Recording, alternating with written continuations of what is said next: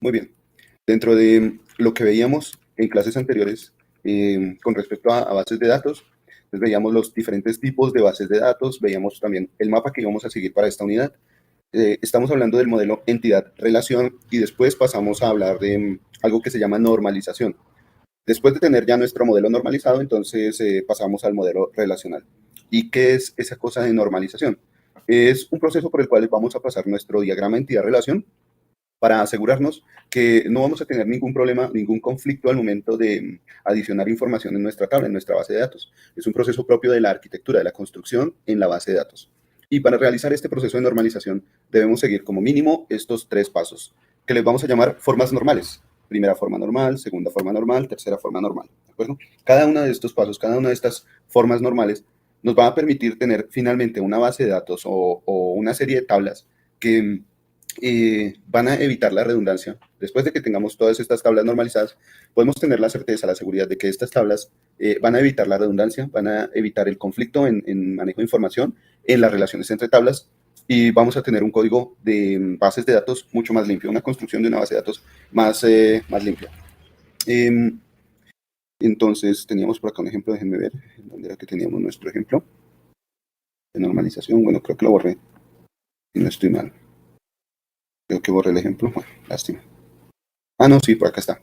Entonces decíamos que para pasar a ejemplificar esas formas normales, tomamos como base esta tablita inicial, que realmente pues es una tabla muy sencilla. Nosotros tenemos nuestras entidades con los atributos pues bien amplios, tratamos de llegar a un nivel de abstracción bien amplio, la mayor cantidad de información importante para nuestra base de datos, pero en esta ocasión, para este ejemplo, voy a tomar una tabla con solo 4 campos. Podríamos decir que es una entidad con solo 4 atributos.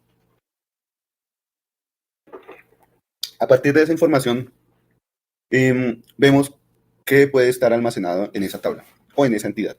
Y lo que tenemos almacenado entonces en esa entidad es el nombre, listo, no pasa nada, facultad, carrera, materias. En este campo, en uno de los campos, tenemos varios elementos. Materias puede venir compuesto de varios elementos, cálculo, climatología, química, etc. Vamos a tener aquí varios elementos. La idea es que pasemos esta entidad por un método de normalización, ¿sí? Para que al final tengamos ya esa tabla o esta entidad normalizada. Entonces, el primer paso es pasarlo por la primera forma normal, ¿no? La primera forma normal nos dice que entonces, si nosotros tenemos elementos repetidos, debemos evitarlos, ¿cierto? En un campo repetido. Vamos por aquí a nuestra presentación. ¿Dónde está? Acá. Entonces hablamos de la primera forma normal. Esta regla establece que cada columna de una tabla debe contener un solo valor y que no debe haber valores repetidos o múltiples en una misma columna. Aquí lo que hicimos nosotros fue pasar en ese campo que teníamos varios elementos para un solo estudiante, lo fraccionamos, lo dividimos en varios registros y cada registro iba a almacenar una de las materias. Esto como un primer paso, ¿no? Obviamente no va a quedar así, esto es un proceso y estamos pasando apenas por el primer punto de nuestro proceso. La primera forma normal. Luego, la segunda forma normal nos dice, esta regla establece que cada tabla debe tener una clave primaria única y que todas las columnas de la tabla deben depender de la clave primaria. En otras palabras, cada registro debe ser identificado de manera única y cada columna debe estar relacionada con la clave primaria. Resulta que entonces en nuestra primera forma normal tenemos registros que tienen gran cantidad de información repetida. Es decir, Juan, nuestro registro Juan está apareciendo varias veces en nuestra tabla. Y esto no nos permite tener una tabla con un registro único, es decir, que Juan solo tenga un identificador y que Mario solo tenga un identificador, ¿no? Entonces aquí lo que vamos a hacer con esta tabla, con esta entidad, es transformarla en varias entidades, dividir las entidades. Si tenemos una columna que va a tener elementos repetidos, que va a ser como esa columna que divide todos los datos, entonces vamos a tomar esa columna y la apartamos para definirla en una entidad aparte, ¿cierto? Apartamos esos elementos en otra tabla y ya tenemos nuestros elementos de Juan y Mario con la facultad y su carrera. Debemos tener en cuenta también que podemos tener estudiantes de otras carreras, estudiantes de otra facultad. Si esta base de datos es solo para una facultad, y solo para una carrera, no hay problema. Hasta aquí ya hemos terminado. Pero si la base de datos está apuntada a la Facultad de Ingeniería, que puede manejar varias carreras, aquí necesitamos dividir nuestra tabla en otro conjunto de datos. O si la base de datos está apuntada a toda la universidad para varias facultades, también debemos dividir nuestra base de datos. Más cerrado, bien. Por ahora tenemos entonces en la segunda forma normal cada registro tiene su propia clave primaria que nos identifica precisamente ese registro único. Con la tabla que hicimos adicional para las materias, dejamos la tabla tal cual como la teníamos en la primera forma normal, bajamos un poquito, corrémosla por acá, eso, tal cual como la teníamos en la primera forma normal en cuanto al campo de materias, pero esta vez vamos a estarla relacionando con un identificador del estudiante. Ya el estudiante se puede identificar con esa clave primaria y ahora tenemos una tabla con dos campos, la relación entre el identificador del estudiante y las materias. Pero cada uno de estos registros en esta tabla es único, entonces le vamos a dar una llave, un valor a cada uno de esos registros. ¿Sí? Cada uno de esos registros tiene un valor único. Entonces, aquí ya tenemos nuestra segunda forma normal. Y pasamos ahora a la tercera forma normal. Para pasar a la tercera forma normal, debemos asegurarnos que ya hemos pasado por la primera forma normal y por la segunda forma normal. ¿Y qué nos dice la tercera forma normal? Dice, esta regla establece que cada columna que no sea parte de la clave primaria debe depender solo de la clave primaria y no de otras columnas de la misma tabla. Es decir, las columnas deben estar directamente relacionadas con la clave primaria y no depender de otras columnas que no estén relacionadas con la clave. Entonces, para esto tomamos una tabla a la vez, tomamos un conjunto de datos a la vez, ¿cierto? Y resulta que en nuestra tabla que habla de los estudiantes o que le da una llave primaria a cada estudiante, en esta tabla tenemos precisamente el campo de carrera o de facultad. Y si nosotros estamos definiendo una tabla de datos, una base de datos únicamente para la carrera de ingeniería ambiental, hasta aquí ya tenemos eso, ya no tenemos que avanzar más.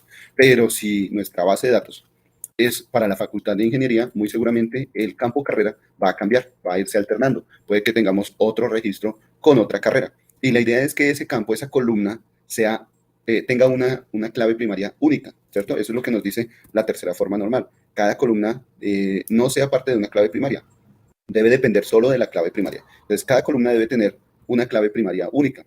Si esto no es así, entonces lo que hacemos es dividir nuestra tabla inicial, nuestra tabla que puede tener esos varios campos. La dividimos en esta ocasión en dos tablas, pero si hay más campos, si tenemos de pronto la necesidad de dividirlo en más campos, pues deberíamos dividirlo en más tablas, ¿cierto?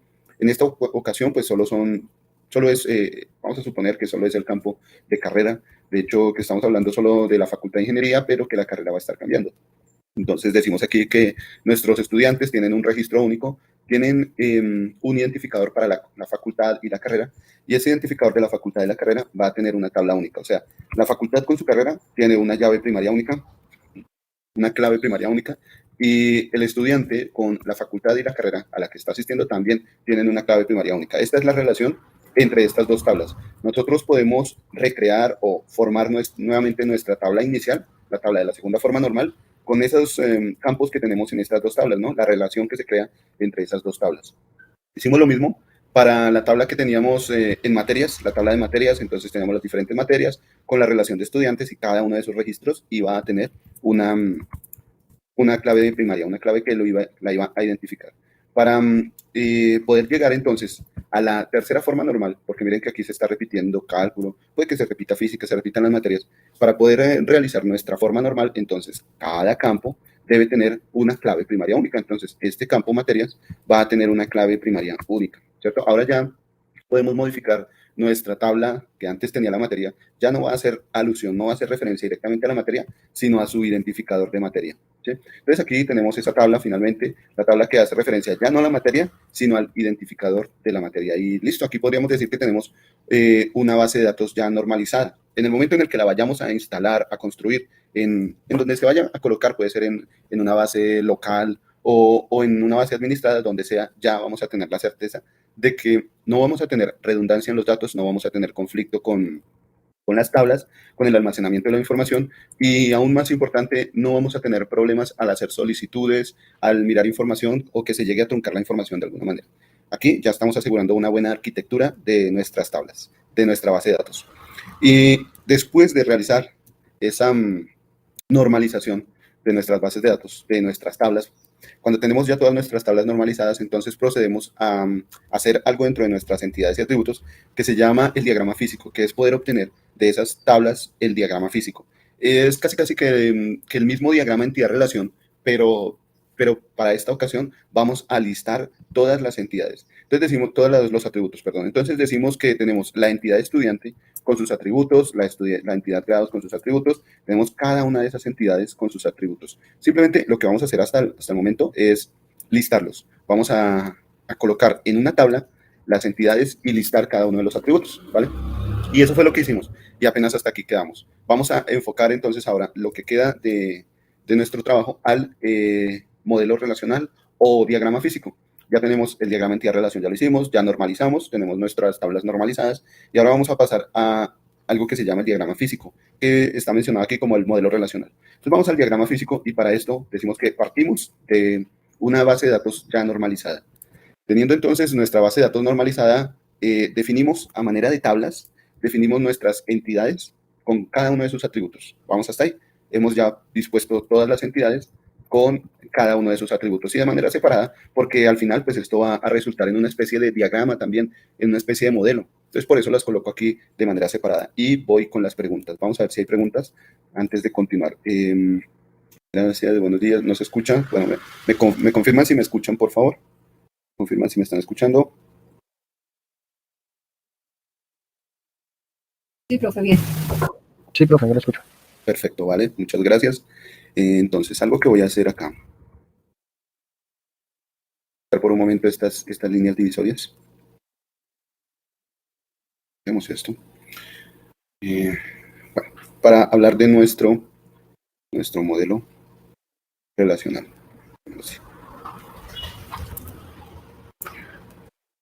Muy bien. Recuerden también que nosotros podemos conectar las entidades de diferentes formas, ¿no? Dependiendo de la cardinalidad. Si nosotros tenemos aquí un diagrama de cardinalidad, es decir, la manera en la que vamos a conectar las entidades, mire que en la cardinalidad 0 a 1, la manera en la que se van a conectar dos entidades es utilizando la simbología que tenemos en la parte inferior. Por un lado, una línea recta, donde en un lado tenemos una raya vertical con una bola, por otro lado tenemos una raya vertical, o también la manera de conectarlos es con una línea punteada, por un lado una recta vertical, por el otro lado también la otra recta vertical. Estas son dos maneras que tenemos para conectar nuestras entidades. Y esta forma de conexión es la que vamos a utilizar aquí, en nuestro diagrama físico. Sabemos que tenemos una relación, de hecho, permítanme un segundo. Tenemos una relación entre esas entidades, ¿no? Entre las entidades estudiantes, grados, calificaciones, materias y profesores. Esa la tenemos aquí en nuestro modelo relacional. Perdón, en nuestro diagrama entidad-relación, ¿sí? Eso lo tenemos aquí en nuestro diagrama entidad-relación. Entonces tenemos cada una de las entidades con sus relaciones. Las relaciones que tenemos entre cada una de las entidades es una relación n a 1, 1 a n, ¿no? Ya sabemos cuál es el n, ya sabemos cuál es el 1. Ahora lo vamos a conectar de manera más específica. Vamos a conectar el n, donde va el n, el 1, donde va el 1. Y para esto vamos a utilizar precisamente estos conectores que tenemos aquí en la parte inferior. Cuando hablamos de la cardinalidad, tenemos ahí unos conectores, ¿no? Tenemos cardinalidad 1 a 1, 0 a 1, 1 a n, que es la que vamos a realizar, 0 a n y n a n. Entonces, la cardinalidad que tenemos en nuestras entidades es una cardinalidad 1 a n o n a 1. Esto significa que vamos a utilizar esta primera forma de conexión que tenemos acá. Una recta continua que por un lado tiene una línea vertical y por el otro lado tiene muchas lineecitas que van a hablar de la conexión a muchos, ¿cierto? Entonces vamos a vamos a realizar esta conexión aquí en la tabla de Excel, donde tenemos ya nuestras entidades como si fueran tablas con cada uno de sus atributos, ¿listo? Pero para poder hacer esto, para poder hacer esta conexión, primero vamos a realizar algo y es que vamos a definir los tipos de datos de cada uno de estos atributos, ¿vale? Resulta que en nuestras entidades, en la entidad de estudiantes, por ejemplo, en la entidad de estudiantes tenemos los atributos de nombre, apellido, documento. ¿Qué nos decía la normalización? Que teníamos que utilizar un identificador para cada una de las columnas de la tabla. Es decir, que esta tabla iba a tener su propio identificador. La tabla estudiantes iba a tener el identificador estudiantes para cada registro. La tabla grados iba a tener su identificador grados para cada registro. Materias iba a tener su identificador, calificaciones su identificador, profesores su identificador, ¿vale? Entonces, cada una de las tablas tiene un número único que va a registrar, que va a guardar, que va a almacenar cada registro. Cuando adicionemos entonces un nuevo estudiante, ese estudiante va a tener un único identificador, un único registro. Podemos pensar algunas veces, se puede pensar en colocar el documento, que es un número único. Sin embargo, pues esto no nos permitiría tener cierto nivel de control en el manejo de nuestra base de datos. Pero a gusto del usuario, si el usuario no le ve ningún inconveniente en colocar el identificador del documento, pues adelante se puede hacer. Sin embargo, nosotros vamos a hacerlo de la manera tradicional, vamos a colocar un identificador adicional. A esto lo llamamos una llave artificial, ¿no? Si hubiéramos usado la llave del el número de documento como una llave, diríamos que es un identificador natural o una llave natural. Nosotros creamos una llave artificial. Cada vez que se vaya ingresando un estudiante nuevo, pues simplemente se va incrementando este identificador. Cada vez que quitemos o eliminemos un estudiante, pues se va a reducir este identificador y se van a reubicar en ese valor de identificador del estudiante. Eh, entonces, lo que vamos a hacer ahora es, en nuestro diagrama relacional o diagrama físico, lo que vamos a hacer es decir cuál es el tipo de dato que va a almacenar cada una de estas tablas. Si nosotros regresamos, a ver dónde lo teníamos. Acá. Si yo hablo de una tabla, por ejemplo, la tabla persona que va a almacenar el nombre, el apellido, el teléfono, el tipo de auto. Miren que cada uno de los cada uno de los atributos, cada una de estas columnas va a almacenar un único tipo de dato. Es decir, la columna nombre solo va a almacenar letras que en conjunto van a ser el nombre de una persona. Lo mismo que apellido, ¿no? Apellido, la columna solo va a almacenar letras, pero la columna teléfono solo va a almacenar números, ¿cierto? A esto lo llamamos el tipo de dato, el tipo de dato que va a almacenar cada una de las columnas. Si ustedes recuerdan, cuando hablamos en Python de los tipos de datos, en Python teníamos 4 tipos de datos primarios. Los tipos de datos enteros, que podíamos definirla con las letras int, iban a almacenar, esas variables iban a almacenar números enteros. Los tipos de datos float iban a almacenar variables de tipo numérico con puntos decimal, el tipo de dato str, que iba a almacenar cadenas de caracteres, y el tipo de dato bool, que iba a almacenar valores booleanos, falso o verdadero. Aquí nosotros vamos a tener también la posibilidad de almacenar en nuestras columnas valores con diferente tipo de datos. Si yo digo que la columna nombre va a almacenar cadena de caracteres, pues aquí solo se van a almacenar cadena de caracteres, no se van a almacenar números, perdón, no se van a almacenar valores booleanos, ¿cierto? Se van a almacenar cadenas de caracteres. Si yo lo mismo digo con teléfono, que teléfono es un tipo de dato entero o numérico, van a almacenarse ahí valores numéricos enteros, en fin. O si digo que voy a almacenar una columna de tipo fecha, pues entonces voy a almacenar columnas solo de tipo fecha. Aquí vamos a ver entonces cuáles son los tipos de datos con los que vamos a estar almacenando nuestras columnas, ¿listo? Para después llevar esto aquí a nuestro diagrama físico y vamos a colocar enfrente el tipo de dato de cada una de estas columnas, ¿no? Entonces, nombre sería un tipo de dato, cadena de caracteres, apellido también, documento también, pero resulta que en un sistema que gestiona las bases de datos, debemos tener claridad en cuáles son los tipos de datos que se van a manejar. En Python ya decíamos que teníamos tipos de datos primarios, str, int, float y bool, ¿no? Lo que mencionamos ahorita. Tipos de datos primarios son tipos de datos que utilizan ese lenguaje y en otros lenguajes lo podemos encontrar. El lenguaje al que vamos a apuntar nosotros aquí para construir la base de datos es SQL. SQL manejará unos tipos de datos dedicados precisamente a las tablas. Entonces vamos a ver cuáles son los tipos de datos que ahora surgen en un sistema de gestión de bases de datos, ¿vale?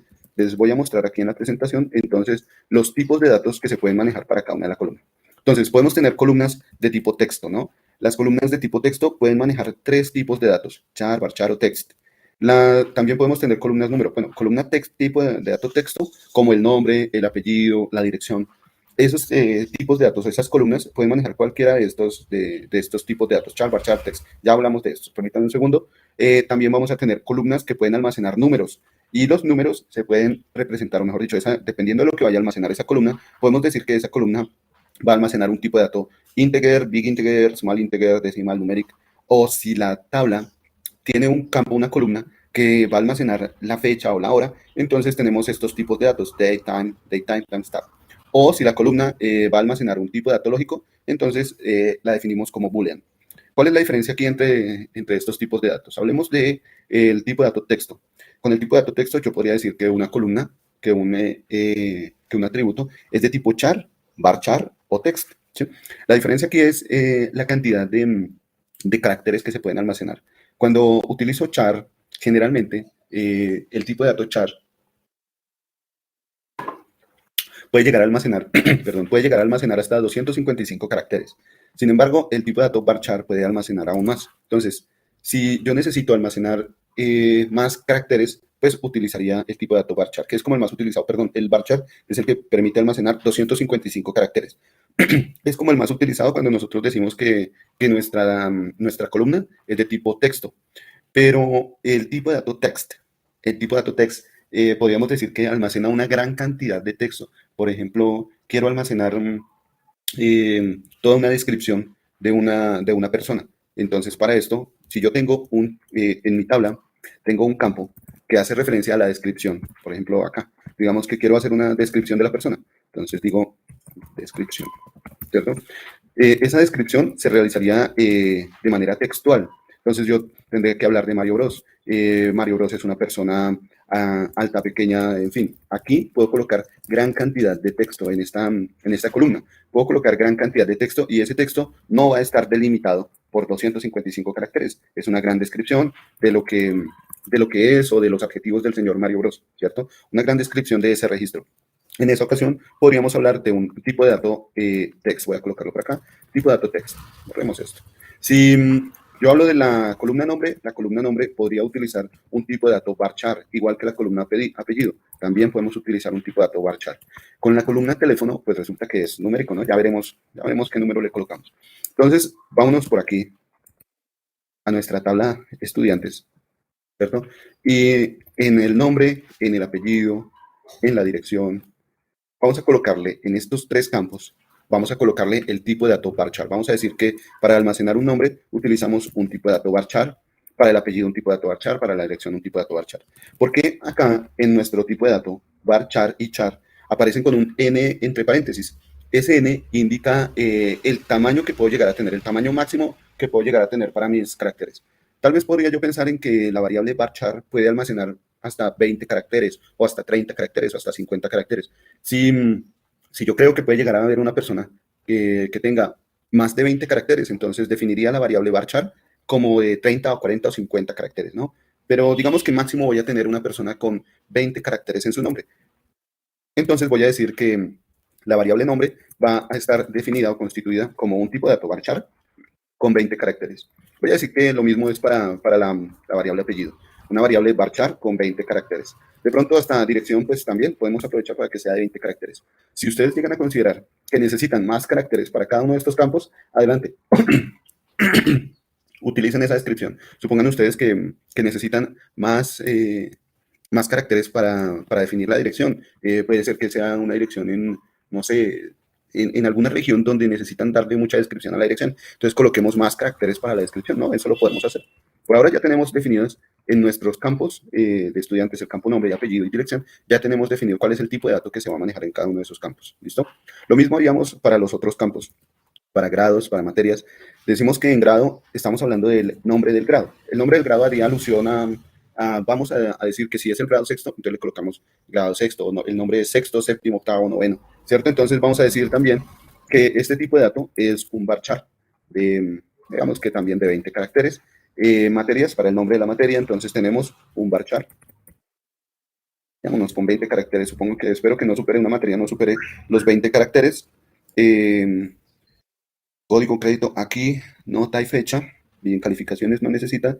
Profesores, entonces para profesores vamos a utilizar para nombre y apellido, para la dirección también, para la profesión, para la experiencia podemos utilizar de pronto una variable de tipo varchar o una variable de tipo text, ¿cierto? Ya que la experiencia pues puede variar, puede que sea todo un chorrero de términos diciendo que tengo experiencia hasta en cuidar a mi hermanito.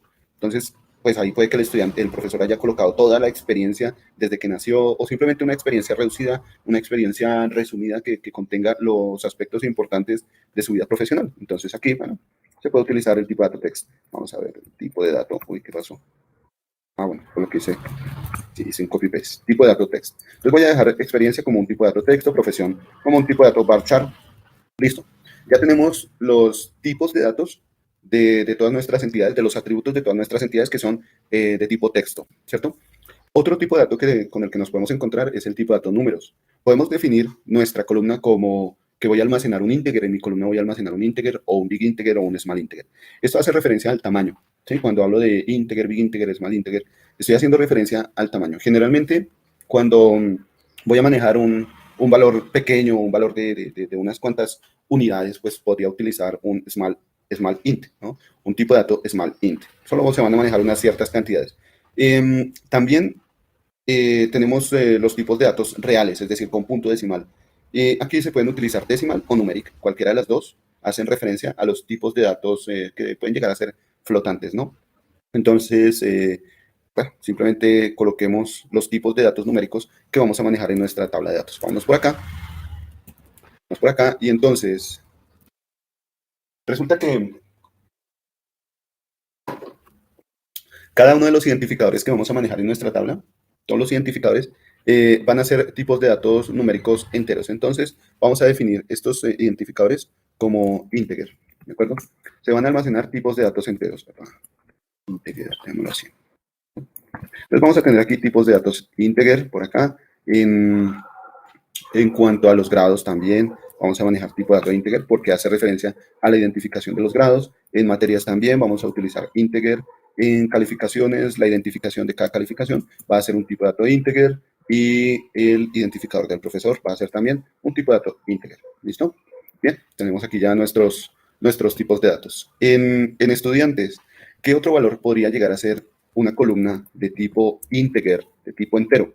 Recuerden que tenemos tipos de datos numéricos enteros, pueden ser integer, big integer para grandes cantidades de datos, para almacenar números muy grandes, números enteros muy grandes, o small integer para almacenar números muy pequeños. ¿Listo? Profe, ¿en el tipo de dato numérico en integer hay algún tipo de extensión o simplemente los decimales, como se menciona ¿Hay un allí? tipo de qué, perdón?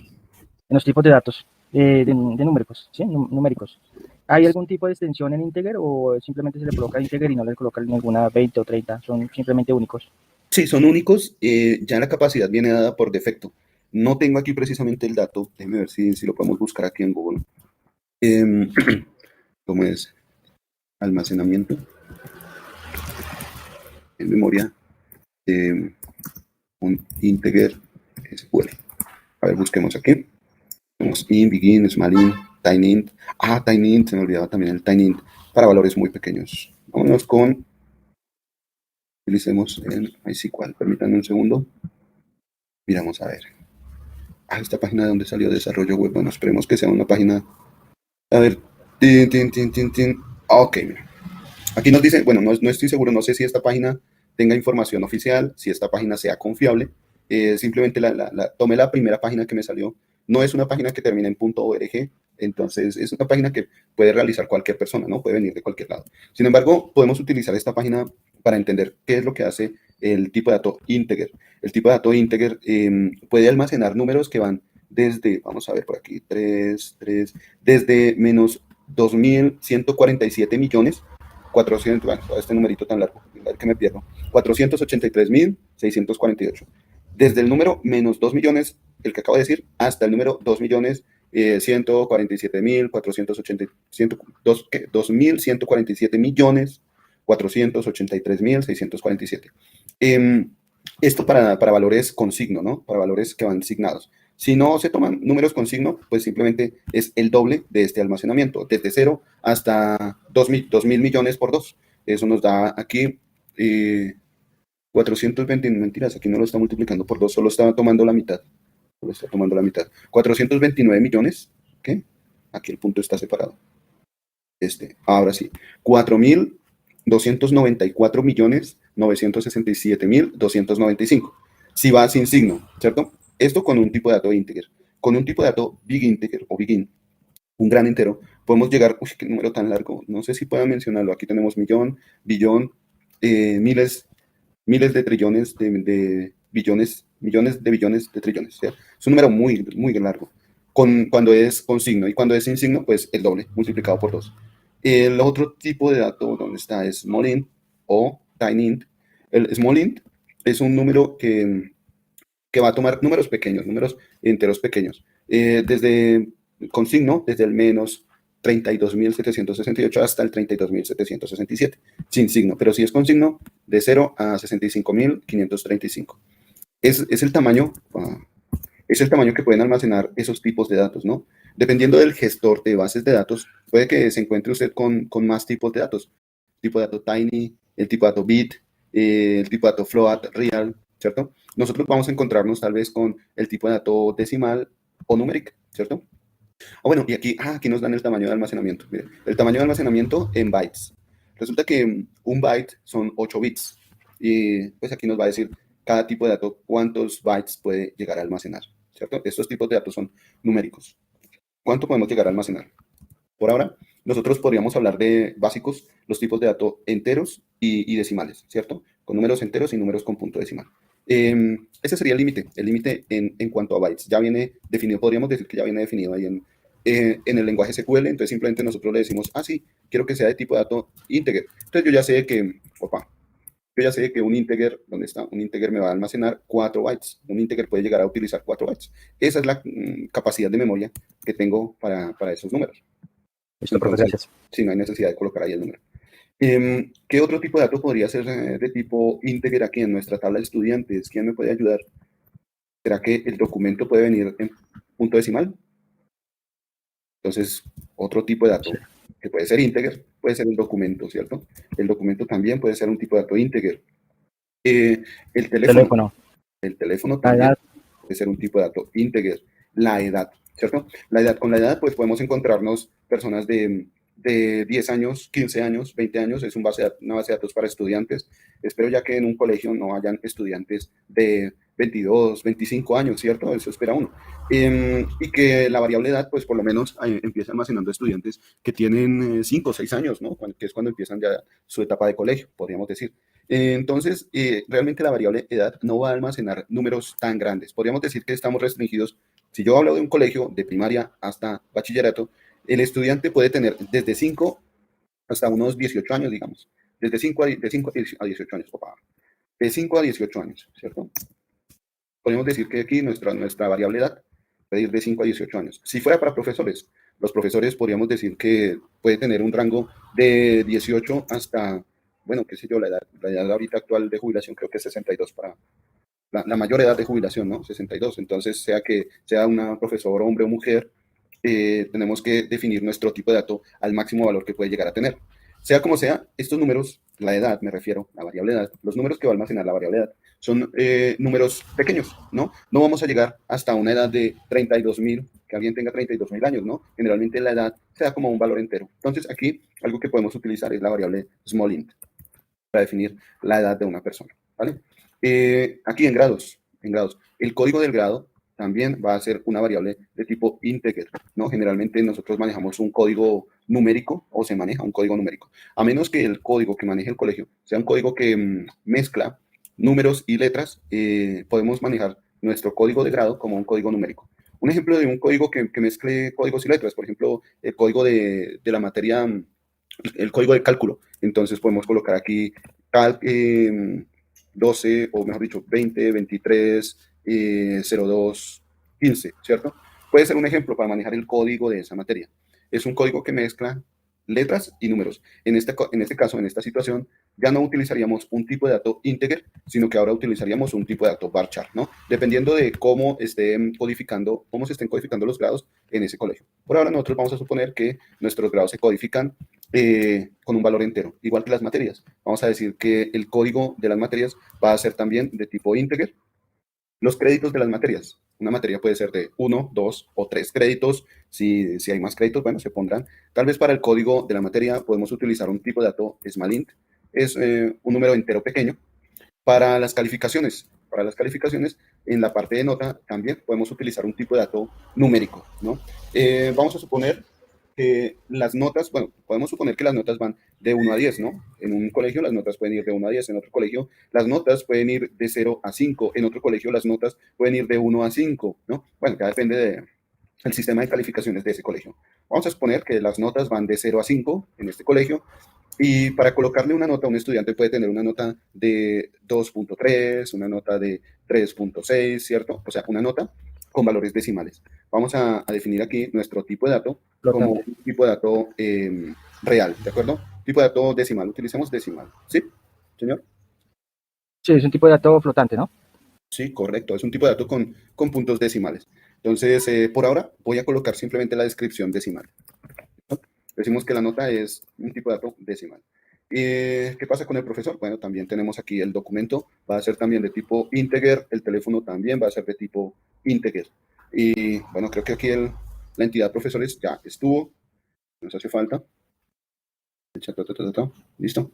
Creo que ya tenemos por aquí prácticamente nuestros valores. Nos hacen falta unos campos en estudiantes, la fecha de nacimiento, en calificaciones, la fecha de la nota.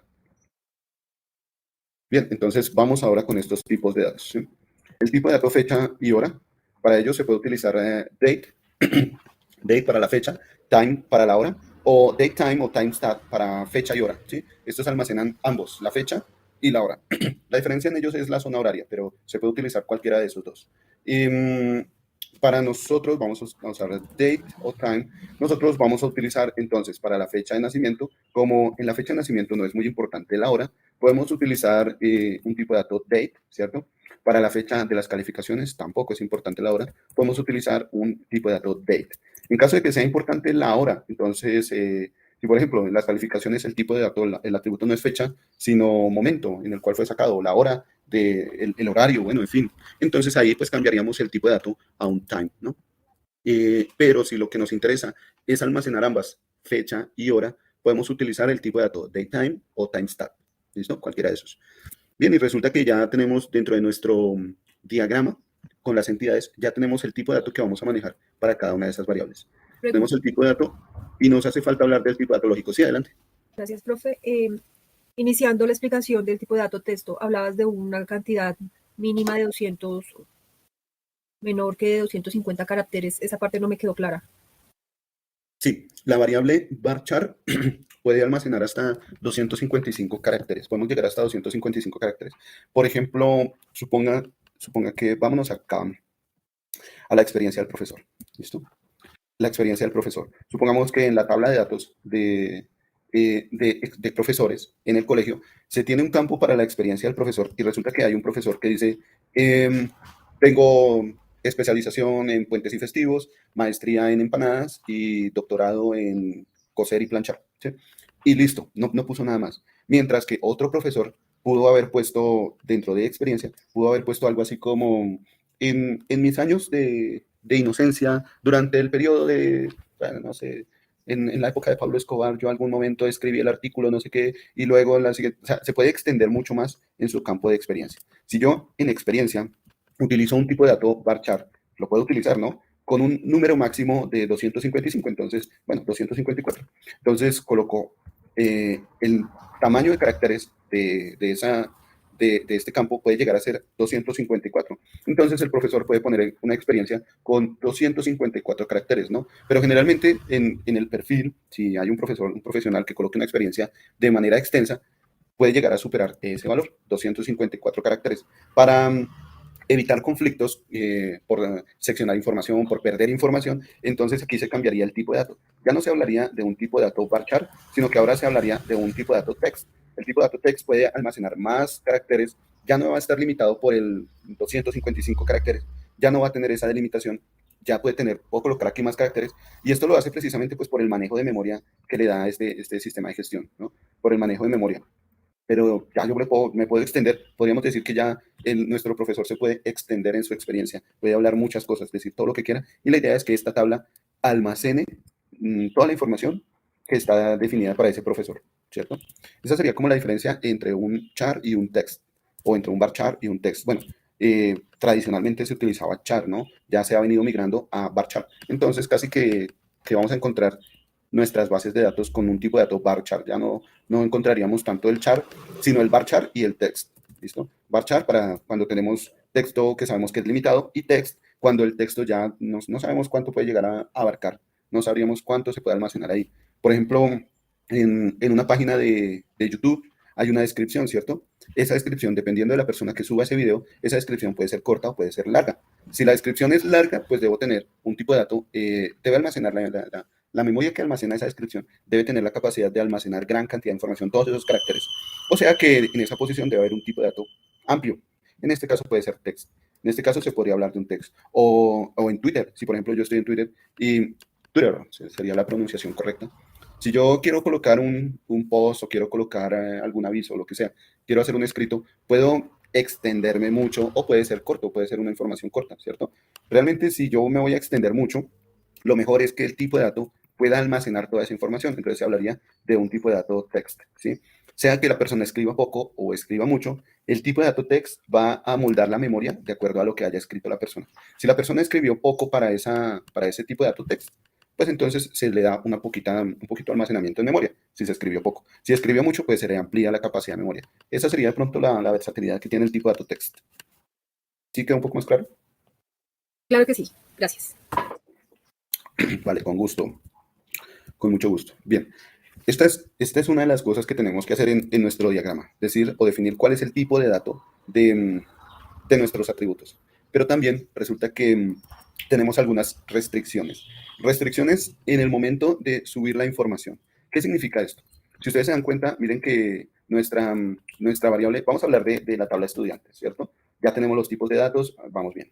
Vamos con la siguiente parte. La siguiente parte es, dentro del análisis de los campos de nuestra tabla de datos, resulta que debemos tener una restricción al momento de colocar el valor o adicionar un registro mejor.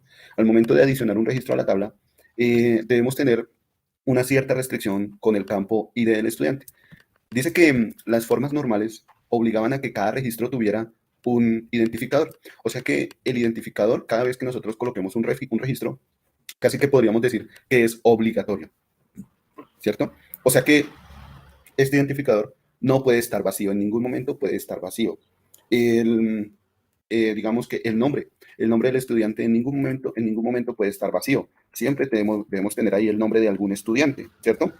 Entonces, empiezan a surgir algunas restricciones dentro de cada uno de esos campos. Puede que tengamos aquí una restricción para identificar al estudiante o que el nombre tenga alguna restricción. Vamos a hablar de esas restricciones, las restricciones que pueden llegar a tener cada una de estas columnas. Entonces, vamos por acá con las restricciones.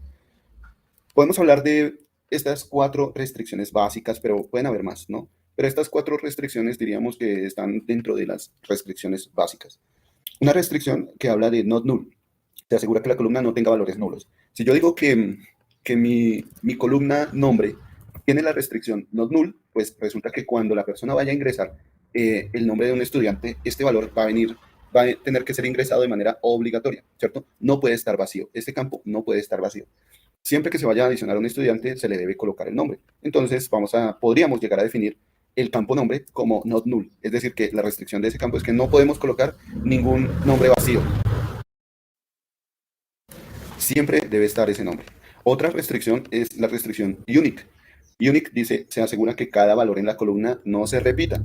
¿Cuándo puede ser importante esta restricción? Por ejemplo, para identificar a un estudiante, ¿cierto? Para identificar a un estudiante, este código único de identificación pues debe ser precisamente único, unique. Podemos decir que la restricción de este campo es una restricción de tipo unique. También el documento, el teléfono, ¿no? Debe tener un único contacto, un único número de contacto. No podemos repetir el número de teléfono de un estudiante para el de otro estudiante, ¿cierto? Estas son restricciones únicas. Mientras que un estudiante puede tener la misma fecha de nacimiento de otro estudiante. En este caso, la fecha de nacimiento ya no sería unique, porque podemos tener estudiantes con la misma fecha de nacimiento, ¿cierto? Estudiantes con la misma edad. Entonces, profe, de pronto en el de teléfono, de pronto si hay hermanos estudiando, de pronto el teléfono de la casa puede ser el mismo también. Bueno, se puede dejar, entonces no se le restringe. Simplemente en el campo de teléfono no se le da esa restricción, simplemente se deja abierta, no se le coloca la restricción unique. Podríamos decir que ahí la restricción que podemos colocar es una restricción not null, es decir, que siempre el estudiante tenga el número de teléfono. Y es correcto, podemos tener en un colegio, pueden haber hermanos, el teléfono puede repetirse, muchas gracias, y es una situación en la que se puede dar precisamente. ¿Listo? Entonces ya empezamos a recrear las restricciones dentro de nuestros atributos o las columnas de la tabla. Otra restricción habla de la primary key. La primary key es una combinación de not null y unique. Sí, es esa restricción que dice que ese campo debe ser único y nunca debe estar vacío, porque me va a referenciar cada uno de los registros que yo ingrese. En este caso podríamos decir que el campo ID de estudiante o el identificador del estudiante será un primary key. No puede estar vacío nunca. Siempre que adicionemos un estudiante, se le debe asignar un identificador. Siempre que adicionemos un estudiante, ese identificador tiene que ser único. O sea que podríamos decir que las llaves en cada una de las tablas, no solo en estudiantes, sino en grados, en materias, en calificaciones y en profesores, son atributos o columnas que tienen una restricción de primary key, ¿sí? Llave primaria o clave primaria, ¿listo? Generalmente colocamos las iniciales, ¿sí, señor? En ese ID de estudiante se puede decir que también debe ser autoincremental, ¿no? También es otra de las restricciones. Podemos decir que es autoincremental. La idea es que cada vez que se vaya adicionando un estudiante, pues este valor se vaya incrementando. Entonces también otra de las restricciones que podemos decirle es que sea autoincremental, ¿cierto? Podemos decir que se autoincremente. Bien. Y ahorita volvemos con la última restricción. ¿Listo? Ahora en unos momentos tenemos por ahora la restricción así, foreign key. Tenemos por un momento acá y después de tomarnos un receso de 10 minutos, vuelvo con las preguntas y continuamos donde nos habíamos quedado, ¿vale? Nos vemos en 10 minutos.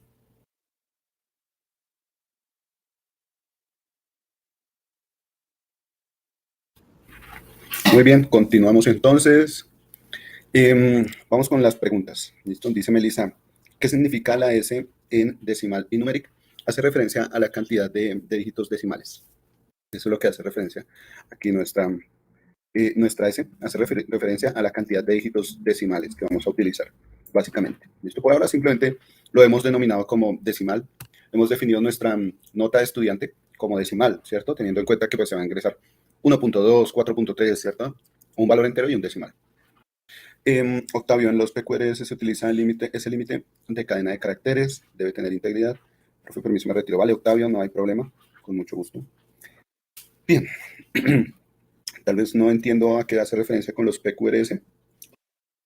Supongo que para alguna petición, queja, reclamo, solicitud, ¿será? Bueno, supongo que sí. Y supongo que está haciendo referencia al tipo de dato texto. Sí, profesor, yo creo también que es lo mismo, que es como el tipo de referencia a texto, porque muchas veces los clientes se extienden al momento de digitar un PQR o una reclamación. Claro, entonces sí puede ser eso. Vale, muchas gracias. Muy válido el aporte. Y continuamos entonces, nos habíamos quedado en la parte de restricciones, ¿cierto? Nos habíamos quedado en la parte de restricciones, hemos hablado de las 3 primeras restricciones, not null, unique, primary key. Si es primary key, podríamos decir que es de por sí not null y unique, ¿sí? Tiene esas 2 restricciones.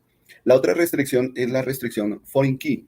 Foreign key dice, identifica de manera única la tupla en otra tabla. ¿Qué significa foreign key? Tal vez lo vamos a entender más claramente cuando hagamos la implementación de las tablas o cuando ampliemos un poquito, cuando hagamos la conexión de la relación entre tablas. Pero a grosso modo podríamos decir que si yo sé que la tabla estudiantes se va a relacionar con la tabla grados, recuerden que la tabla grados tiene una llave primaria, una primary key, ¿cierto? Para poder relacionarlas, voy a utilizar en la llave estudiantes, voy a adicionar un campo. Voy a colocar un campo adicional que haga referencia a la llave primaria de grados, ¿cierto? Se van a relacionar estudiantes y grados. Entonces lo que voy a hacer es tomar esa llave primaria de grados y la voy a adicionar aquí, le voy a colocar un campo adicional. No solo va a estar ID del estudiante, nombre, apellido, documento, sino que ahora va a haber un campo adicional que sea la llave primary key de grados. Pero como es una primary key de otra tabla, a esa la vamos a llamar una foreign key o una llave foránea, ¿sí? Entonces vamos a adicionar en la tabla estudiantes, como entre estudiantes y grados hay una relación, entonces podríamos colocar en estudiantes la llave foránea o viceversa, ¿no? Si sabemos que estudiantes se relaciona con grados, si hay una relación entre estudiantes y grados, entonces podríamos decir que para relacionarlos colocaríamos en grados un campo adicional. Colocamos en grados un campo adicional que hace referencia al identificador del estudiante. Pero en este caso, ese campo adicional ya no sería una primary key porque ese campo ya tiene una primary key. Tiene la llave primaria grados, identificación de grados. Viene a ser ahora una llave foránea, una foreign key, ¿sí? En grados vamos a hablar de una foreign key. La regla, ¿cuál será? En el momento en el que hablemos de la relación entre estudiantes y grados, vamos a ver cómo colocar la regla, porque dependiendo de si nuestra cardinalidad es de 0 a 1, de 1 a n, de n a n o de 0 a n, debemos tener en cuenta dónde colocar esa llave foránea. Como les digo, dependiendo de la cardinalidad. Por ahora sabemos que tenemos una relación entre estudiantes y grados. Y al último vamos a colocar nuestra llave foránea. Entonces, para esto, vamos con restricciones. Así, quedamos aquí en restricciones entonces. Y por este lado nos vamos con nuestro diagrama de entidad-relación. Bueno, terminemos, nos hace falta terminar las restricciones acá, ¿no? Y las restricciones las colocaríamos dependiendo de si deseo que un campo o varios campos sean no nulos o sean únicos, ¿cierto?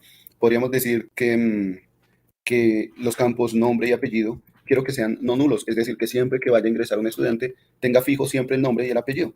Entonces podemos definir estos campos como no nulos. El documento también puede ser un tipo de dato no nulo, es decir, que siempre tenga los datos del nombre, el apellido y el documento del estudiante, ¿vale? Lo mismo para profesores, podríamos decir que el identificador del profesor es la llave única, la clave primaria para ese campo del profesor. Entonces aquí vamos a colocar una primary key, decimos que la identificación del profesor es una primary key. Quiero que los campos nombre, apellido y documento no sean vacíos, nunca estén vacíos. Entonces voy a colocarle no null a esas restricciones. Listo, y por acá materias, grados. Yo creo que el resto ya podemos dejarlo así, ¿cierto? Podemos tener campos vacíos con los demás campos, con los demás valores, perdón. Sí, podemos dejámoslo así, por ahora dentro de las restricciones que manejamos. Alguna que sea unique, déjenme ver. De pronto en materias podemos decir que, bueno, los identificadores de cada tabla siempre van a ser primary key, ¿no? Los identificadores siempre van a ser primary key, primary key y primary key. Todos los identificadores de las tablas, todos van a ser primary key. Podemos dejarlas, como lo dejamos con los estudiantes, autoincremental, es decir, cada vez que vamos a adicionar un valor, pues simplemente se incrementa ese mismo valor. Podemos dejarlo así, vamos a ver. Todas las claves primarias van a ser autoincrementales. Podríamos decir que en el campo materias vamos a dejar una materia como, o el nombre de las materias como unique, o mejor, el código de las materias. Dejemos el código de las materias, cada materia es único. Entonces vamos a decir que el código de las materias es unique, ¿listo? Las definimos como únicas. También de pronto documento en estudiantes y en profesores. Decimos que el documento es de tipo unique. Lo tenemos por acá. El documento del profesor también va a ser unique. Ok. Listo. Tenemos ya nuestros atributos, es decir, las columnas de cada tabla con su tipo de dato y su restricción. Lo que vamos a hacer a continuación es colocar las conexiones que relacionan cada una de las tablas, ¿cierto? ¿Cuál va a ser la conexión que vamos a utilizar? Como las relaciones, vayamos aquí a nuestro modelo de entidad-relación. Las relaciones entre cada tabla, vamos a tener relaciones de tipo N1 o 1N, vamos a tener relaciones 1N. Entonces, vamos a ver cómo se grafican o se conectan las relaciones 1N. Las relaciones 1N se conectan por medio de una recta y en un lado una línea vertical y en el otro lado una línea dividida en 3 secciones, ¿cierto? Esa es una conexión, o eso representa una conexión 1 a n. Vamos a hacerlo nosotros aquí en nuestras tablas. Vamos a conectar cada una de esas tablas con esa figura de conexión, esta que tenemos en la cardinalidad 1 a n. Entonces decimos que todas las relaciones, miren que todas las relaciones son 1 a n, ¿listo? La idea de realizar este diagrama de conexión es que donde vaya n, vayan esas múltiples líneas. Nos vamos por acá a nuestra tabla y decimos que tenemos una relación entre estudiantes y grados, ¿cierto? Estudiantes y grados, una relación de tipo 1 a n, bueno, n a 1, ¿cierto? Donde la parte de n va a estar por el lado de estudiantes y la parte de 1 va a estar por el lado de grados. Entonces, un estudiante va a estar solo en un grado y un grado puede contener muchos estudiantes. ¿Cómo hacemos esta conexión de esta relación entre estudiantes y grados? ¿Cierto? N va conectado a estudiantes y 1 va conectado a grados. Entonces vamos a hacerlo acá, vamos a tratar de encontrar un diagrama que nos permita conectar esto. Bueno, lo vamos a hacer nosotros, ¿no? Realmente Excel no viene predefinido para hacer este tipo de diagramas, pero pues nosotros vamos a tomar una de las figuras de Excel y lo vamos a colocar acá. Entonces, vamos que esta, vamos esta, a ver si veo alguna otra. Vamos esta. Bien, voy a usar entonces esta conexión, este conector de aquí a acá.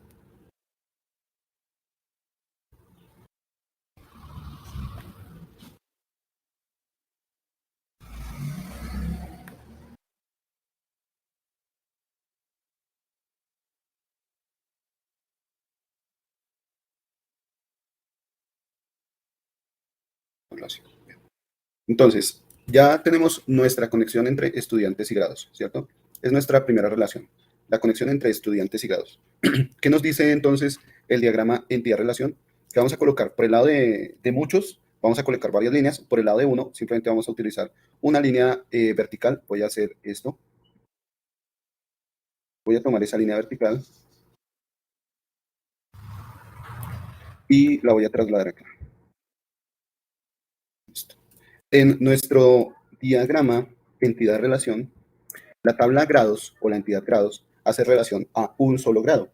Y en el lado de la tabla estudiantes hace relación a muchos. N o M, se puede colocar la letra N o M. Hace relación a muchos estudiantes, ¿cierto? Entonces, en la conexión a estudiantes, voy a poner acá, utilizar entonces esta conexión de muchos de este estilo. Vamos a hacerlo así.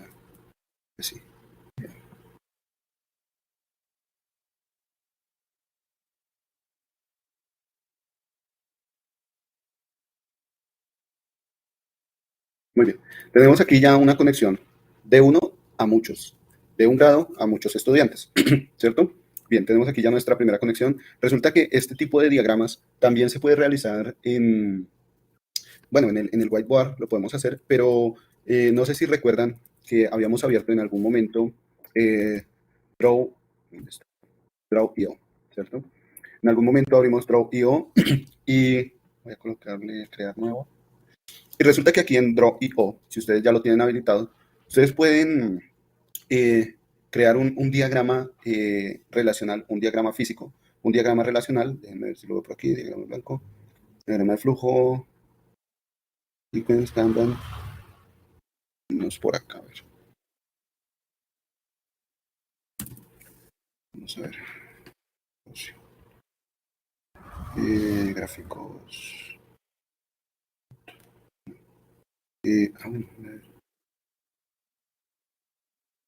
Permítanme un segundo, revisamos. Dentro de los diagramas que nos vamos a encontrar acá. Diagramas de flujo. Déjenme ver este cuál es.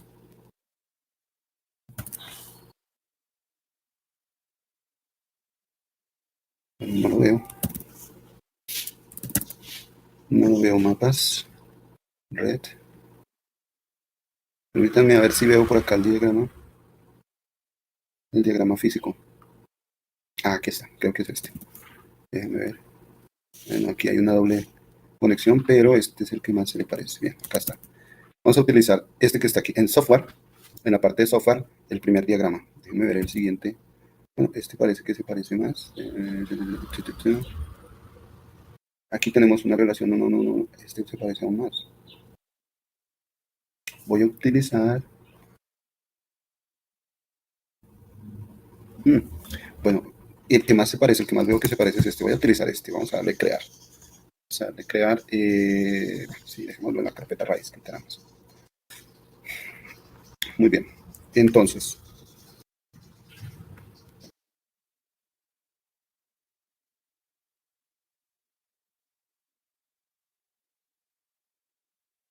Ok.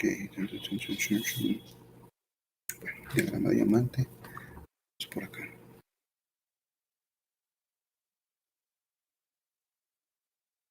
Vamos con este a ver, porque este sí se parece más.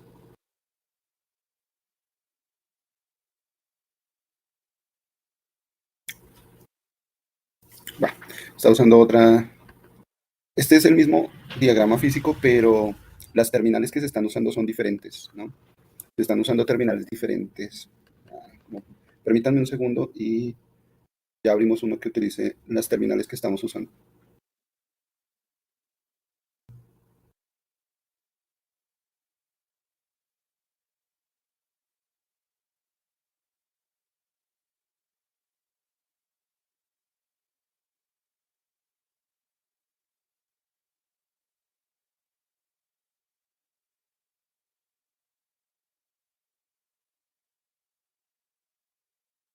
Ahora sí, este sí es. Bien. Ahora sí, es que los otros diagramas eran diagramas para programación orientada a objetos, diagramas de clases y eso, ¿no? Entonces vamos a utilizar este que está aquí, este sí, utiliza nuestro sistema de diagramación. Entonces, vamos a relacionar estudiantes con grados, ¿cierto? Yo voy a colocar este ejemplo, lo voy a colocar solamente para la relación entre estudiantes y grados, aquí, en Draw.io. Pero si usted desea continuar, pues obviamente lo puede hacer para las otras tablas. Entonces decimos que tenemos por aquí la tabla, voy a hablar de la tabla, el nombre de tabla es estudiantes, voy a hablar de estudiantes. Mentiras, por aquí voy a colocar es grados mejor. Grados, y por aquí voy a colocar la tabla estudiantes, ¿listo? Si ustedes se dan cuenta, la relación entre grados y estudiantes es una relación de 1 a muchos. Es una relación que siempre va a ser de 1 a muchos. Ahora tenemos que identificar dentro de los grados cuál es la llave primaria. ¿Cuál viene a ser nuestra llave primaria en los grados? Entonces vamos a decir que la llave primaria va a ser la identificación de los grados, ¿cierto? En estudiantes, ¿cuál va a ser nuestra llave primaria? En estudiantes, la llave primaria será la identificación del estudiante. ¿Listo? Bien. Tenemos aquí otras llaves foráneas, pero las llaves foráneas hacen referencia a la relación que tenemos entre estas dos tablas, ¿cierto? Decíamos que, bueno, grados tienen más atributos, estudiantes tienen más atributos, pero para colocar la llave foránea resulta que hay una condición, y es que siempre, si tenemos relación de 1 a muchos, siempre vamos a colocar la llave foránea en la tabla que hace relación a muchos. Aquí la tabla que hace relación a muchos es la tabla estudiantes. Miren que la tabla grados no hace relación a muchos. En la tabla grados tenemos solo uno, de un grado a muchos estudiantes. Entonces, en la tabla grados no vamos a colocar llave foránea con referencia a estudiantes. Puedo incluso pensar en borrarla, ¿listo? Puedo incluso pensar en borrar la llave grados. Déjenme ver si tenemos alguna otra relación. Materias, ¿dónde está? Acá. De 1 a n materias, un grado, listo. Sí. Entonces, lo que puedo hacer es aquí, en la tabla grados, simplemente borro la llave foránea. Y voy a dejar en estudiantes, sí voy a dejar una llave foránea. Aquí. Una llave foránea, una foreign key. Entonces, ¿cuál va a ser la foreign key? La foreign key va a ser la llave identificación de grados y de grados, ¿cierto? Porque se está relacionando el identificador de los grados, perdón, con los estudiantes. Entonces decimos que grados, la llave grados, va a ser una llave extranjera, foránea. Cuando la coloquemos aquí en estudiantes, va a ser una llave foránea, pero siempre va a ser única en la tabla grados, siempre va a ser única. De resto ya podemos colocar los demás atributos. En estudiantes, si tenemos más atributos, los colocamos. En nuestro caso, pues está el nombre, apellido, documento, dirección, teléfono, etcétera. En grados está el nombre del grado, el código del grado, etcétera. ¿Listo? Teniendo en cuenta que la relación que tenemos aquí es este conector que va de 1 a muchos. Lo mismo que tenemos aquí en nuestra, Lo mismo que tenemos aquí en nuestra relación entre grados y estudiantes, de 1 a muchos.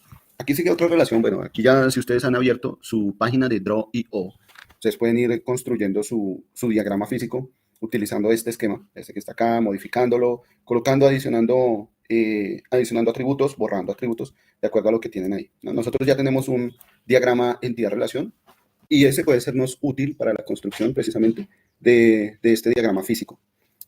Aquí lo que nos hace falta, lo que me hace falta colocar es, voy a colocar aquí, hacia abajo. Voy a colocar aquí, en la tabla de estudiantes, voy a colocar una llave foránea que va a ser la identificación de los grados, ¿cierto? La identificación de los grados será una llave de tipo integer y va a ser foránea, entonces va a ser una FK, ¿listo? Una foreign key, que es la última restricción que hemos definido acá. Dentro de las restricciones, es la última que hemos definido aquí en esta tabla. Una foreign key identifica de manera única una tupla en otra tabla, o un conjunto, o un elemento en otra tabla, ¿listo? Bien, y lo mismo vamos a hacer con las tablas que se relacionan. Una vez hayamos pillado nuestra relación entre tablas, en la parte de muchos vamos a colocar la llave foránea de esa tabla que se está relacionando, ¿no? Entonces, por ejemplo, vamos a hacerlo con la siguiente relación. Tenemos estudiantes y calificaciones. Estudiantes y calificaciones se relacionan de 1 a n, siendo 1 estudiantes y n calificaciones, porque un estudiante puede tener varias calificaciones, pero una calificación solo puede pertenecer a un estudiante. Entonces aquí la relación es de 1 a n, perdón, o de 1 a muchos, siendo 1 en estudiantes y muchos en calificaciones. Voy a pasar aquí entonces a nuestro diagrama, ¿sí? Lo que voy a hacer es copiar, ahora sí, copiémoslo acá. Vamos a hacer la conexión entre estudiantes y calificaciones, ¿vale? Voy a hacer la conexión entre estudiantes y calificaciones. Y nuevamente nos vamos con una conexión de tipo 1 a muchos. Voy a colocar aquí 1. Y por acá coloquemos muchos.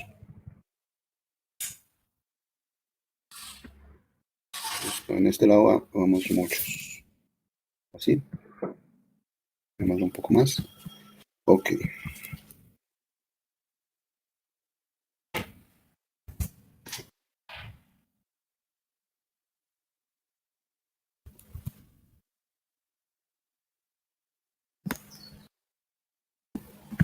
Muy bien, tenemos entonces nuestra conexión o nuestra relación entre tablas de 1 a muchos, ¿cierto?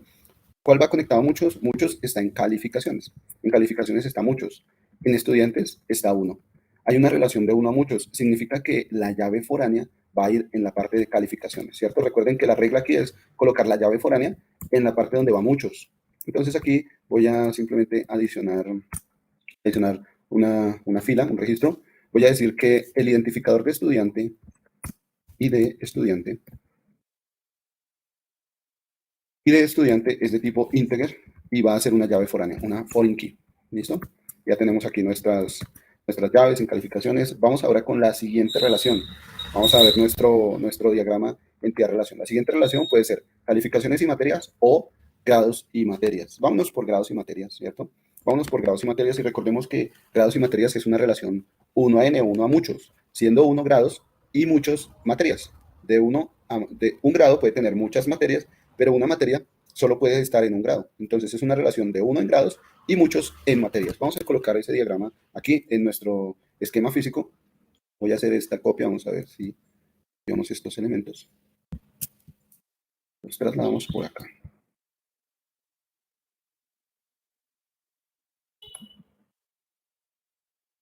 Esto un poquito más.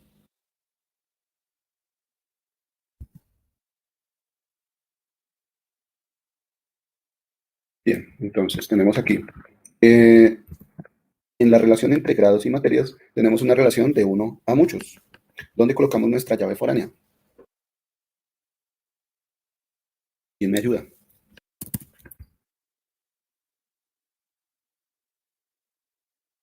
¿Dónde colocamos nuestra llave foránea? ¿Profe, en materias? En materias, porque materias tiene muchos, ¿cierto?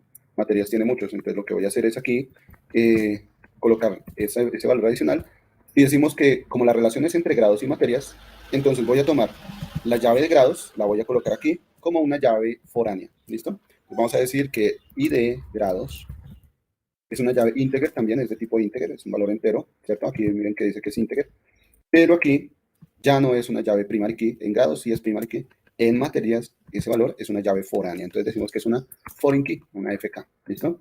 Bien, nos hacen falta dos relaciones, nos hace falta la relación calificaciones materias y materias profesores. Vámonos con la relación calificaciones materias, para esto nos vamos a nuestro diagrama entidad-relación, vamos aquí al diagrama entidad-relación y miramos cuál es la relación entre materias y calificaciones. Vemos que es una relación de n a 1, siendo calificaciones n y materias 1. O sea, de materias a calificaciones es 1 a n, ¿cierto? Decimos que vamos a conectar entonces de 1 a n. Vamos a utilizar también una conexión de 1 a n. Aprovechando que la conexión grados a estudiantes tiene la misma relación, la misma dirección de relación. Es decir, va de 1 a muchos. Voy a tomar ese mismo diagrama y lo voy a copiar. Y lo voy a enviar aquí abajito. ¿Vale? Por acá y por acá. Voy a pegarlo acá.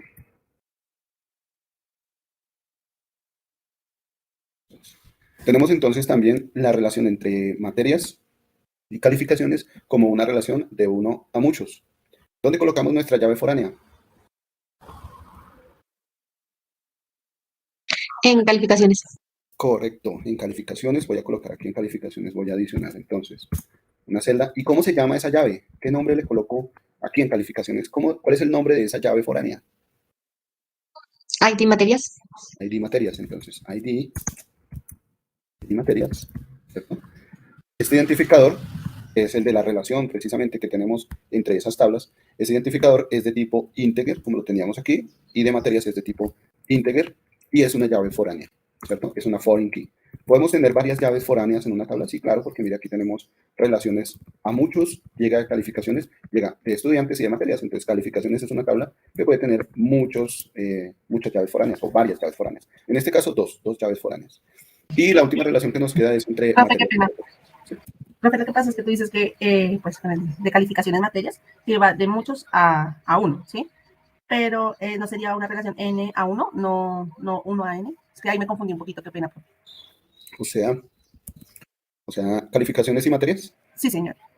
Sí, entonces, una Entonces materia, sería o sea, lo que tengo que me confundí es que tú dices que es una relación de 1 a N y no sería de N a 1, porque es de muchos a 1. de muchos aún.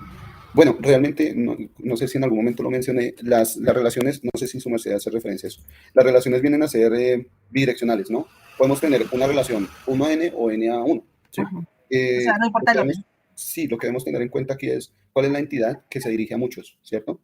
¿Cuál es la entidad que contiene muchos? Puede ser una cardinalidad 1 a n, n a 1, pero bueno, sí está bien. Si se entiende mejor, una cardinalidad o una relación de 1 a muchos, listo, no pasa nada. Dejamos aquí nuestra relación de 1 a muchos entre materias y calificaciones, o de muchos a n entre calificaciones y materias. ¿Sí? Bueno, profe, muchas gracias. Sí, claro, con gusto. No pasa nada.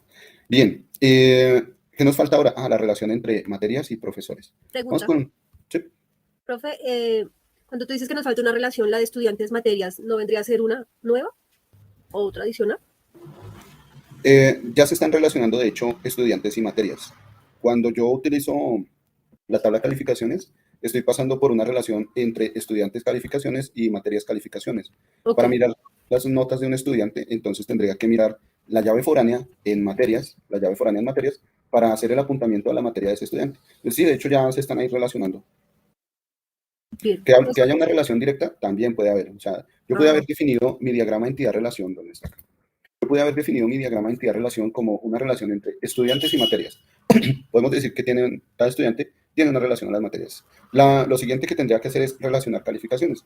Lo puedo relacionar con las materias, pero también esa calificación debería estar relacionada con el estudiante, ¿cierto? Entonces, aquí simplemente nos saltamos ese paso, dando la calificación es una relación con estudiantes y una relación con materias. De tal modo que si queremos ver la nota de algún estudiante en una materia, apuntamos hacia el identificador de materias y ya. Miramos el estudiante Pepito, queremos ver las notas del estudiante Pepito en la materia tal, entonces lo podemos hacer accediendo por esta relación de cardinalidad. ¿Sí? No sé si quedó claro. Sí, claro, profe, gracias. Vale, listo. Entonces decíamos que, bueno, nos falta la relación entre materias y profesores, ¿no? La relación entre materias y profesores es una relación de n a 1, siendo n materias. Un profesor puede dictar muchas materias, pero una materia solo puede ser dictada por un profesor. Entonces va de 1 por el lado de profesores y en muchos el lado de materias. Entonces vamos con una relación de 1 a muchos, de profesores a materias, o de muchos a 1, de materias a profesores. ¿Listo? Decimos que por el lado de materias vamos a tener muchos, ¿cierto? Entonces es algo así como que voy a utilizar esta misma figura, este mismo diagrama. Lo voy a utilizar aquí en la conexión. Y esta vez vamos a hacer esto más pequeño.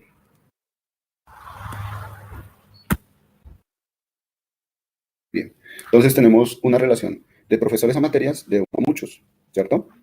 Vamos a colocar entonces la llave foránea. ¿Dónde la colocamos? ¿En profesores? Materias. Nos vamos para materias entonces y voy a colocar aquí una fila, una columna que se llame identificación del profesor, ¿cierto? Y de profesor. Vamos a decir que es de tipo integer y que es una llave foránea, que es una foreign key.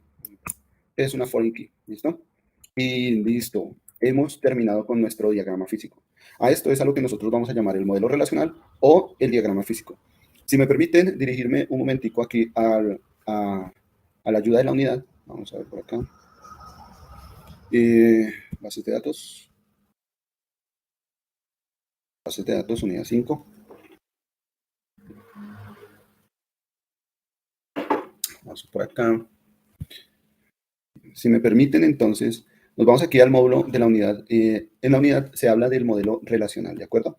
Se habla del modelo relacional donde cada una de las tablas tiene sus atributos definidos aquí en una especie de tabla. Y decimos que los atributos tienen un tipo de dato entero para el identificador, nombre, apellido y número. Son atributos que van a almacenar valores de tipo texto, varchar, de 45 caracteres. Les recomiendo que se peguen una pasadita por aquí para que vean cuál es el modelo entidad-relación y cuál es la relación que están construyendo acá en este módulo, ¿listo? En este PDF. Tenemos entonces la tabla de inscripción que habla del identificador, un tipo de dato entero, identificación del estudiante también entero, identificación de la asignatura también entero. Son llaves, todas son llaves. Una es primaria. La llave que es primaria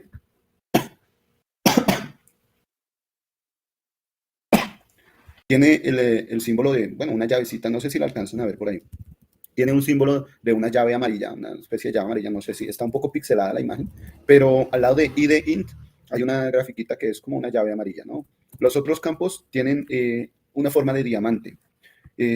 Entonces, los otros campos vienen a ser llaves también, pero en este caso son foráneas, vienen a ser llaves foráneas. El modelo relacional conecta o relaciona estas dos tablas, la tabla estudiantes con la tabla inscripción, y en la parte donde hay muchos se utiliza precisamente la llave foránea. Vamos a colocar la llave foránea. Aquí habla de la identificación del estudiante. En la tabla de estudiantes está la identificación del estudiante. Es de tipo entera, INT. Y en la tabla inscripción habla que, bueno, hay una identificación, una primary key, identificación de la inscripción, está definida solamente como ID, es de tipo entero. Pero también hay otro campo que es estudiante ID, o mejor dicho, nosotros lo definimos como identificación del estudiante, ¿cierto? Que es también de tipo entero. Esa es una llave foránea de la llave primaria estudiantes. Estudiantes viene de uno, inscripción es muchos. Donde hay muchos, colocamos la llave foránea, ¿vale? Bien. Y vamos a ver qué... bueno, y finalmente pasa ese módulo, pasa a mostrarnos un diagrama físico de un esquema que ha venido haciendo. Como les decía hace un momento, les recomiendo que se echen la pasadita por acá, por ese PDF, lean en qué consiste la relación de este diagrama. Tenemos estudiante, inscripción, asignatura, tema, tipo de documento. Aquí, miren que en esta tabla, en esta base de datos, la tabla tipo de documento lo toman aparte, ¿sí? Es una tabla aparte, ya depende de la manera en la que se vaya a usar esa base de datos. Esta tabla requiere que, o mejor, esta base de datos requiere que haya una tabla adicional para el tipo de documento. Nosotros en nuestra base de datos definimos en la misma tabla de estudiantes el tipo de documento como un atributo.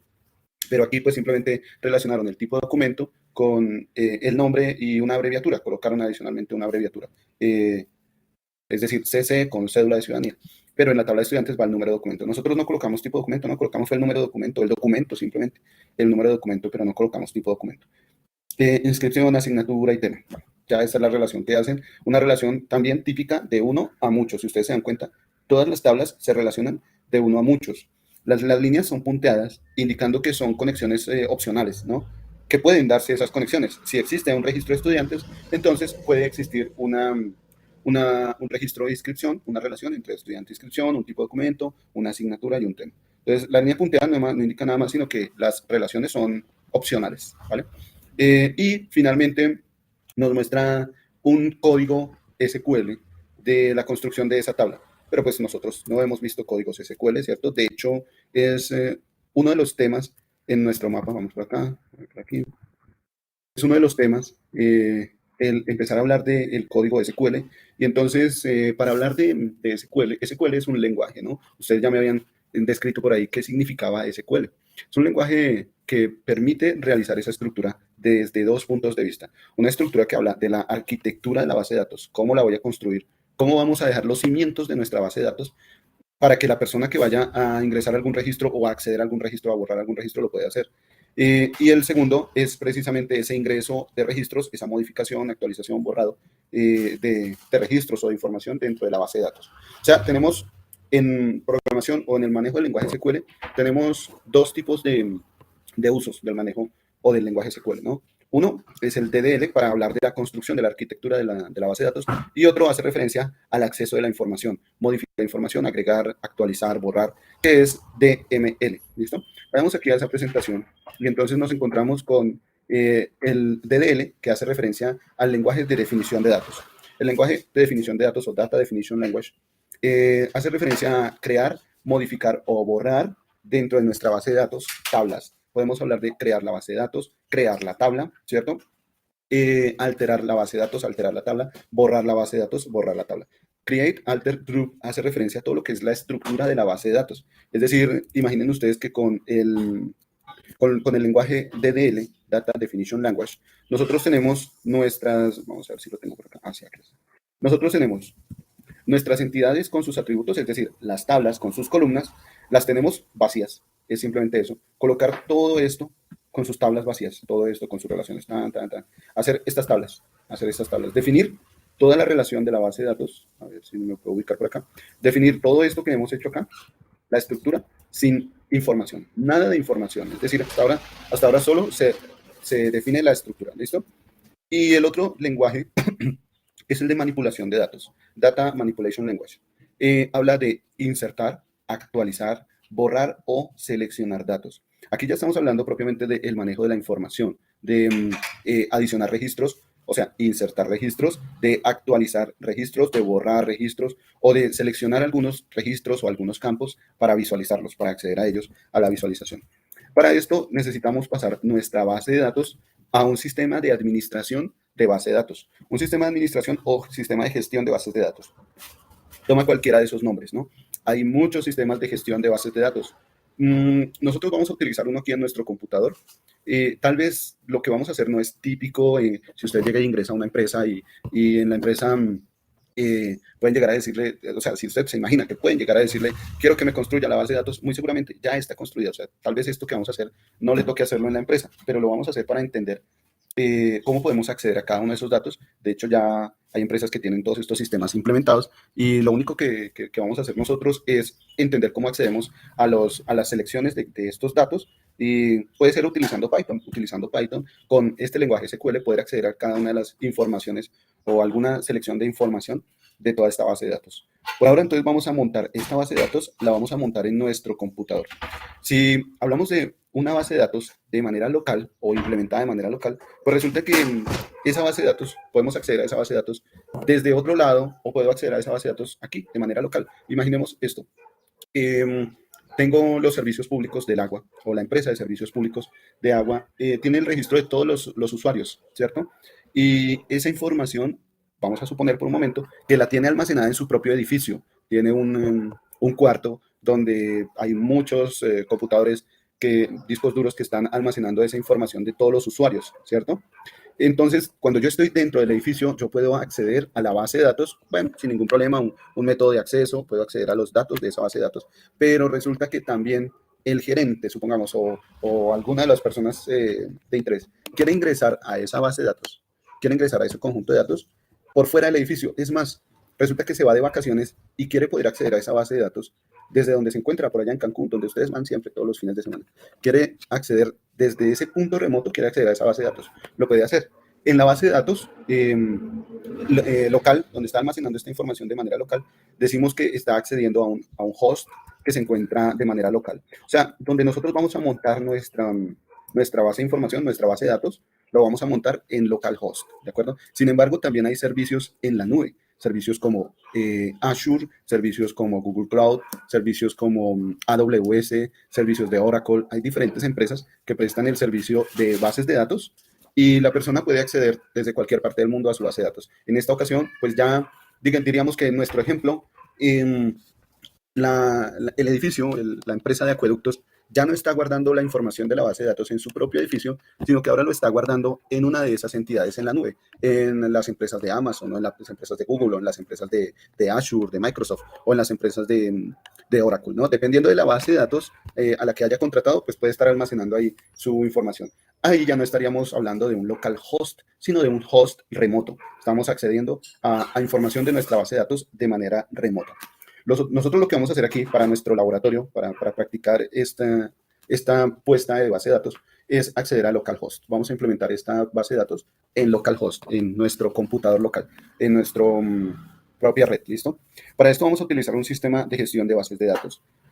Hay muchos, pero podríamos decir que dentro de los ganadores se encuentra MySQL. La manera de describirlo, a ver, MySQL, M-I-S-Q-L. Sí, MYSQL. Entonces lo que vamos a hacer es descargar este gestor de bases de datos para implementar, primero que todo, implementar esta base de datos y de pronto agregar algunos registros y acceder a algunos registros utilizando este tipo de lenguaje. Primero, Data Definition Language para hacer la estructura de nuestra base de datos y luego Data Manipulation Language para adicionar registros, modificar registros, actualizarlos, etc. ¿Listo? Entonces para esto les voy a pedir el favor que en su página, déjenme ver si en el módulo está. En el módulo hay una dirección. En un segundo. SQL, alter group. Bueno, aquí no está, simplemente nos habla de las funciones y termina. Nosotros vamos a trabajar un poquito más estas funciones, vamos a ver, cada una de este tipo de manejo de SQL tiene sus palabras reservadas, ¿no? Create, alter, drop, para la parte de DDL, para la parte de ML, update, select, insert. Entonces nosotros lo vamos a hacer, directamente en nuestro computador, ¿listo? Bueno, aquí ya se nos acabó el módulo, pero vamos a hacerlo nosotros en nuestro computador. A ver si hay alguna página de descargas. Bueno, parece que no está la página de descargas, pero vamos a ir a nuestro buscador en Google y vamos a escribir, por favor, escribamos MySQL, puede ser MySQL Downloads o MySQL simplemente. Vamos a colocar aquí en Google MySQL Downloads, o bueno, mejor coloquemos solo MySQL, ¿listo? MySQL. De hecho, Download puede ir separado. Voy a colocar por ahora MySQL solito, ¿listo? MySQL solito. Quisiera aprovechar para preguntarles si hay alguien de pronto que nos quiera compartir pantalla.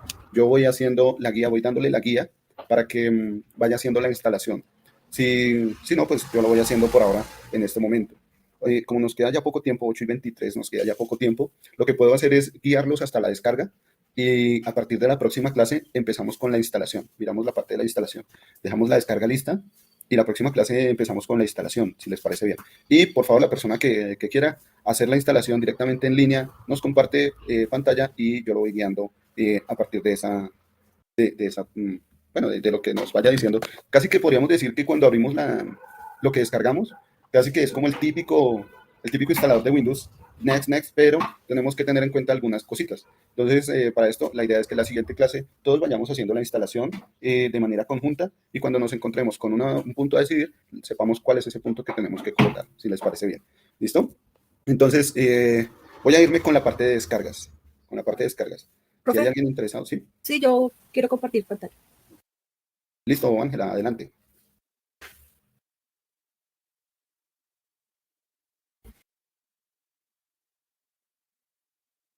Listo, ya me ayudaron ahí haciendo, dándole el permiso de presentar. Ya puede presentar. Vale, Ángela. Si ustedes se dan cuenta, aquí aparece la página principal de MySQL. Espero que me vayan siguiendo todos. La página principal de MySQL y en la parte de abajo unas subventanas a esa página principal, ¿cierto? Podemos seleccionar descargas o instaladores directamente.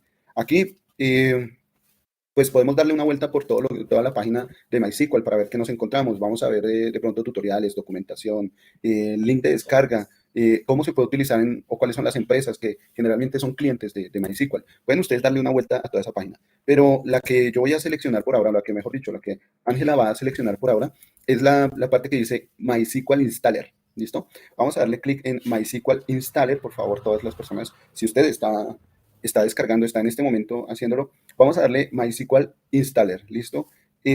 Bueno, ya aquí no sé cuál es su política de cookies, puede aceptar, rechazar, yo pensaría que, démosle, no sé, aceptar todas, puede ser. No sé cuál es su política de cookies ahí, ya depende de lo que ustedes ven. Ahorita las cookies, no puede uno acceder a una página si no es aceptando las cookies, qué pereza. Y bueno, tenemos entonces esta página que nos habla de descargas de la comunidad, ¿cierto? En la parte de descargas de la comunidad tenemos dos tipos de instaladores. Un instalador que hace referencia a un instalador en línea y otro que es un instalador en nuestro equipo, ¿cierto?